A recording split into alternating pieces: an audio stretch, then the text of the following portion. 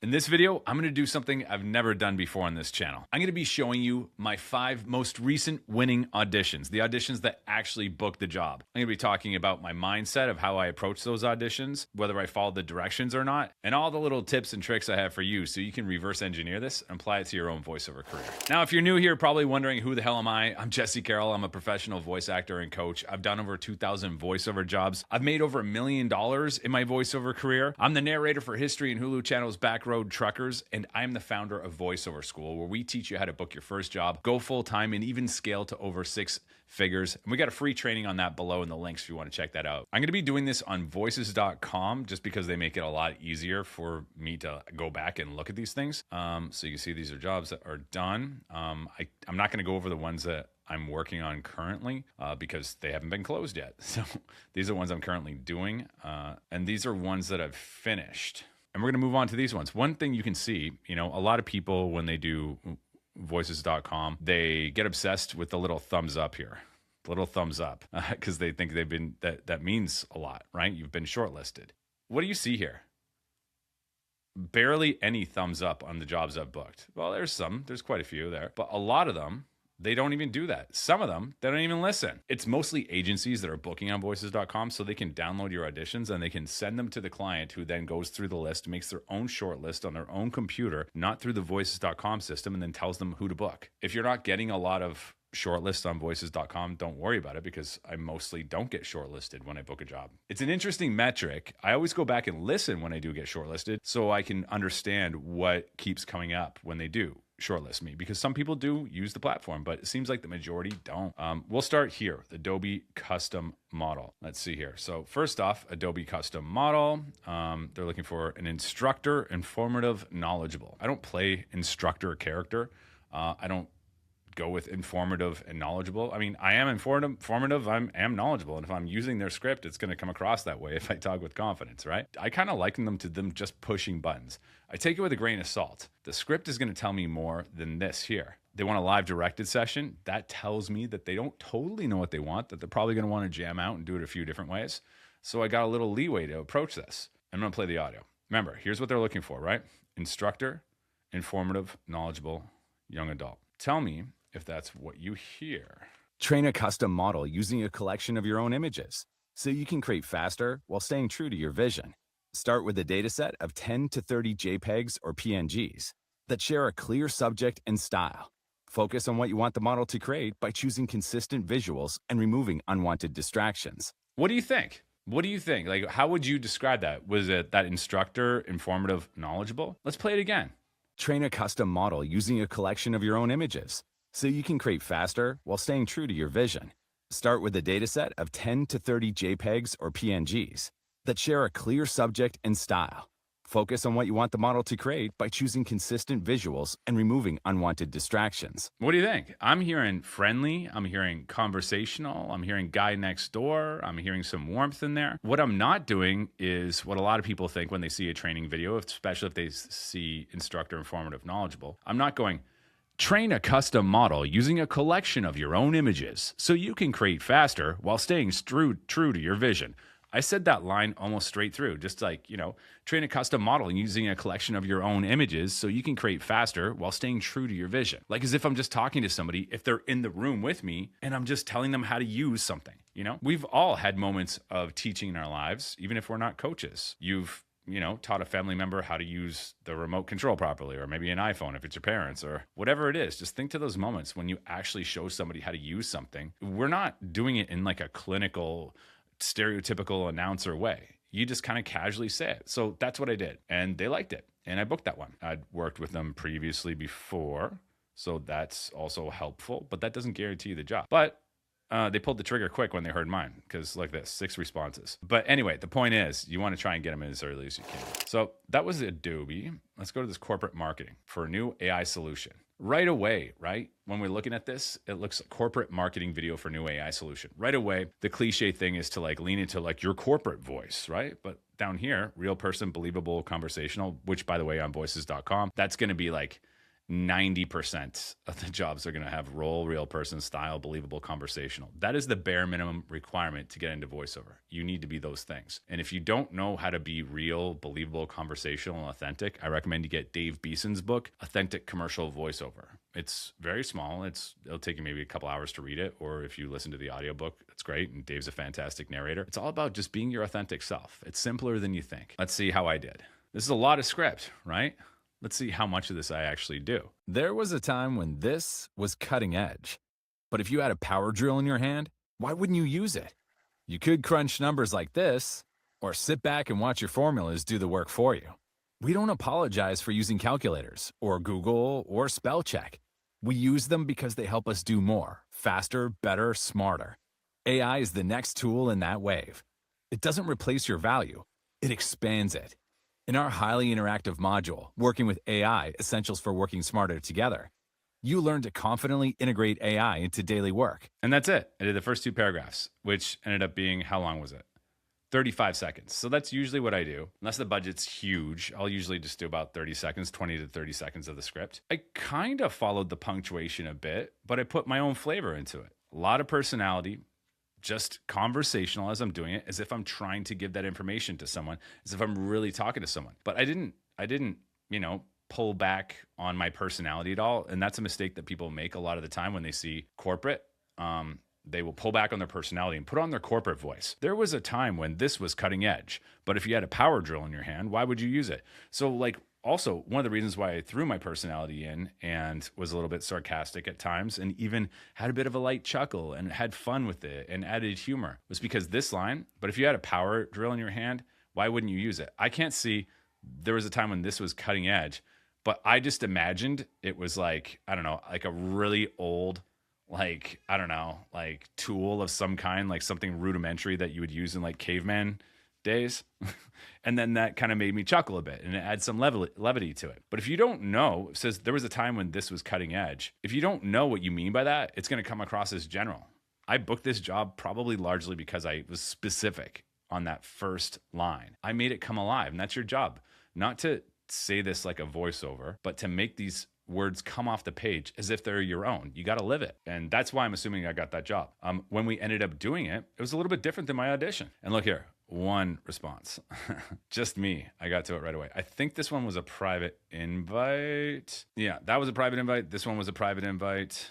I get a lot of private invites, not because I'm better than everybody else, but because I have my demos tagged in a very specific way. And we teach you how to do that inside VoiceOver School because it's way easier to book a job when you're only if they just offer it to you, which it seems to be the case as I break down the audition. I don't know. They may have sent it to a few people, but I got mine in right away and it seemed to resonate with them. So I might skip a couple and go to one that's not a private audition so that you see how I beat out a bunch of people. In fact, let's do that now. It's not totally fair that I'm breaking down an audition where it seems to be that I was the only person that responded.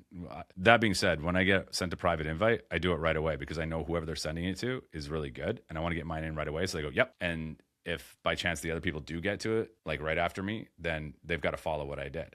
TAEFTP accessibility. Okay, so these people, it seems like I did work with them before, but I had to beat out 122 people right here.